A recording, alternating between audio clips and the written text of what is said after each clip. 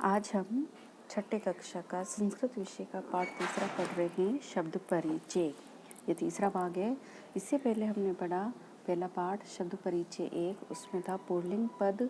Pulling पदों की पहचान थी पीछे विसर्ग का होना। दूसरा हमने पढ़ा था अकारांत स्त्रीलिंग शब्द। स्त्रीलिंग शब्दों की पहचान थी आप जो वर्ण है उससे बंद होने वाले शब्द। आज हम पढ़ रहे हैं नपुंसकलिंग शब्द। तो बच्चों आप देखिए कि ये जो मंदिरम, गृहम, द्वारम, सोपानम, तिलकम, इन सभी के पीछे अगर हम गौर से देखेंगे तो इन सभी के पीछे म वर्ण आ रहा है। म मंदिरम में म, गृहम में भी म, इस तरीके से इन सब में आ रहा है।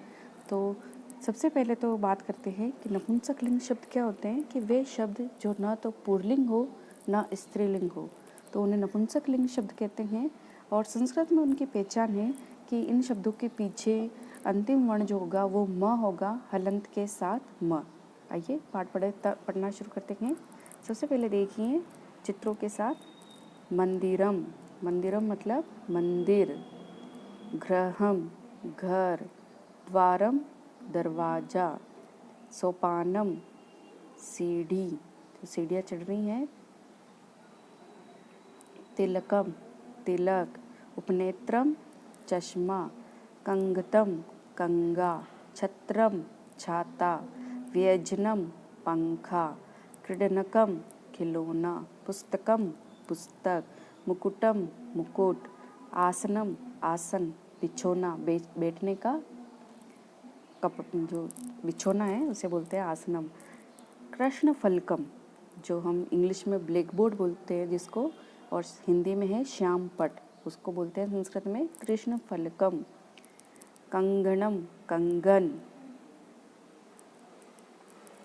करवस्त्रम रुमाल, पंजरम पिंजरा, दूरदर्शनम दूरदर्शन टेलीविज़न, संगणकम कंप्यूटर, सीवन यंत्रम, सीवन यंत्र सिलाई की मशीन, चक्रम चक्र पहिया, शकटम बैलगाड़ी, रेलयानम रेलगाड़ी, विमानम हवाई जहाज, पर्णम पत्ता, फलम फल, नारिकेलम नारियल, नीडम घोंसला, कमलम कमल, पुष्पम फूल।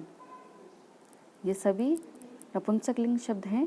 अब हम पढ़ेंगे इनका वचन प्रयोग, एक वचन, द्विवचन, बहुवचन। तो चित्र देखिए, एक कमल है कमलम, दो कमल है कमले, और बहुत सारे कमल है कमलानी, कमलम कमले कमलानी। उसी तरह एक फल है फलम, दो फल हैं फले, और बहुत सारे फल है फलानी, फलम फले फलानी। पुस्तकम एक पुस्तक, पुस्तके दो पुस्तके, पुस्तकानी बहुत सारी पुस्तकानी, बहुत सारी पुस्तके, पुस्तकम पुस्तके पुस्तकानी। उपनेत्रम एक चश्मा, उपनेत्रे दो चश्मे, उपनेत्राणी बहुत सारे चश्मे। छत्रम एक छाता, छत्रे दो छाते, छत्राणी अनेक छाते। ये था इनका वचन प्रयोग, एक वचन, द्विवचन, बहुवचन। अब इन वचन प्रयोग को हम क्रिया प्रयोग से समझेंगे। तो एक क्रिया क्या है, सभी में एक समान ही चलती है। एक वचन, द्विवचन, बहुवचन सभी में एक जैसी, मतलब यहाँ अलग अलग हैं, लेकिन जो पुल्लिंग पद थे, स्त्रीलिंग पद थे, और अब जब नपुंसकलिंग पद शब्द हम पढ़ रहे हैं तो इनमें क्रिया एक जैसी हैं। बस हमें किसका ध्यान रखना है, जो शब्द हैं जैसे फलम फले फलानी, इनका ध्यान रखना है। तो सबसे पहले देखो फलम पतती, फल गिरता है, पेड़ से फल अलग हो रहा है। फले पतत, दो फल गिरते हैं। फलानी पतंती, बहुत सारे फल गिरते हैं। पुष्पम विकसति, फूल खिलता है। पुष्पे विकसत, विकसतः मतलब दो फूल खिलते हैं। पुष्पाणि विकसंती, बहुत सारे फूल खिलते हैं। कार्यानम चलती, एक कार चल रही है। कार्याने चलत, दो कारें चल रही हैं। कार्यानानि चलन्ति, बहुत सारी कारें चल रही हैं। इसी प्रकार यहाँ नीचे भी एक वचन, द्विवचन, बहुवचन में ये शब्द लिखे हैं। व्यजनम भ्रमति, पंखा घूमता है। व्यजने भ्रमद, 2 पंखे घूमते हैं। व्यजनानि भ्रमंती, बहुत सारे पंखे घूमते हैं। शकटम गच्छति, गाड़ी जो बैलगाड़ी है वो जाती है। शकटे गच्छत, 2 बैलगाड़ियाँ जाती हैं। शकटानी गच्छन्ति, बहुत सारी बैलगाड़ियाँ जाती हैं। पुस्तकम अस्ति, किताब है। पुस्तके स्थे, 2 किताबें हैं। पुस्तकानि सन्ति, बहुत सारी किताबें हैं। मित्रम आगच्छति, मित्र आता है। मित्रे आगच्छत, 2 मित्र आते हैं। मित्राणि आगच्छन्ति, बहुत सारे मित्र आते हैं।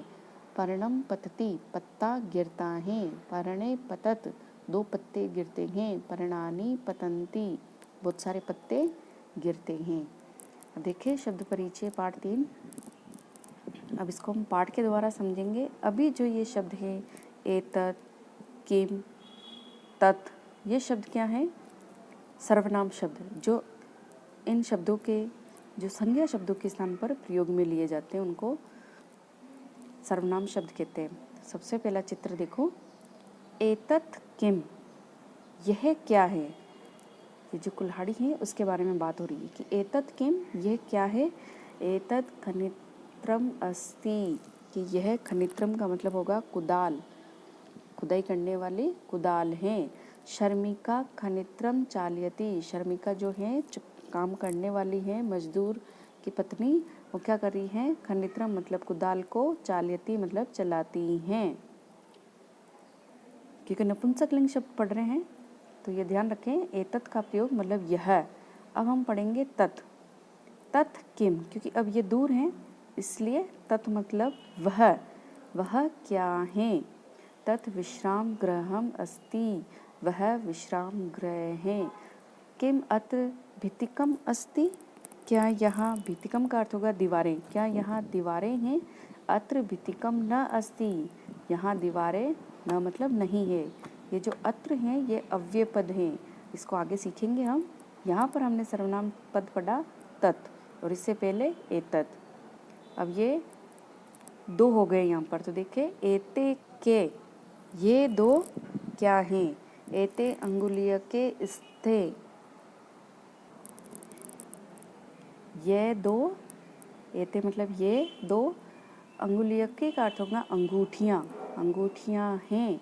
स्वर्णकारः अंगुलीकः रचयति, जो सुनार है, स्वर्णकार मतलब सुनार, वो क्या कर रहा है? दोनों अंगूठियों को बना रहा है। तो यहाँ पर द्विवचन में हमने यह शब्द को पढ़ा एते, इसमें भी चलेगा एतत्, एते, एतानि, तत्, ते, तानि, जैसे फलम फले फलानि वैसे। ते के, अब ते के, वे 2 क्या है? ते बस यान स्ते, वे 2 बस हैं। ते बसे कुत्र गच्छत, वे दोनों बसें कहाँ जा रही हैं या कहाँ जाती है? ते रेल स्थानकम गच्छत, कि वे दोनों रेल स्थानकम मतलब स्टेशन जाती हैं, रेलवे स्टेशन जाती हैं।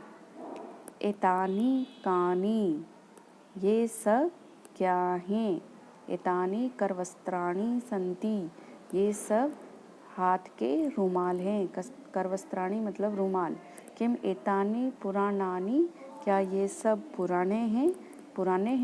न, नहीं। एतानि तु नूतनानि, नहीं ये तो नए हैं।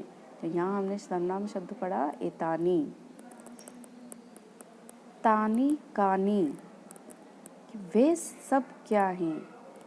त कदली फलानि सन्ति, कि वे कदली फल मतलब केले, कदली फल संस्कृत को केले को कदली फल बोलते हैं संस्कृत में।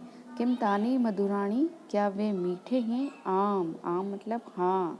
तानि मधुराणि पोषकाणि चे, हाँ वे मीठे और पोषक हैं।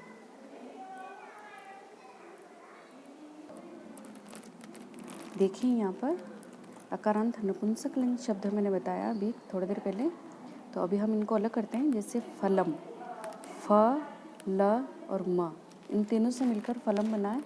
फ को भी अगर हम मात्रा और शब्द अक्षर अलग अलग करेंगे, व्यंजन और मात्राएं। तो फ म अ मिला है, फ बना, ल म अ मिलकर ल बना, और म क्योंकि इसमें हलंत लगा हुआ है तो इसमें कोई भी मात्रा नहीं मिली हुई है, तो आखिरी वर्ण हो गया इसका म, फलम का।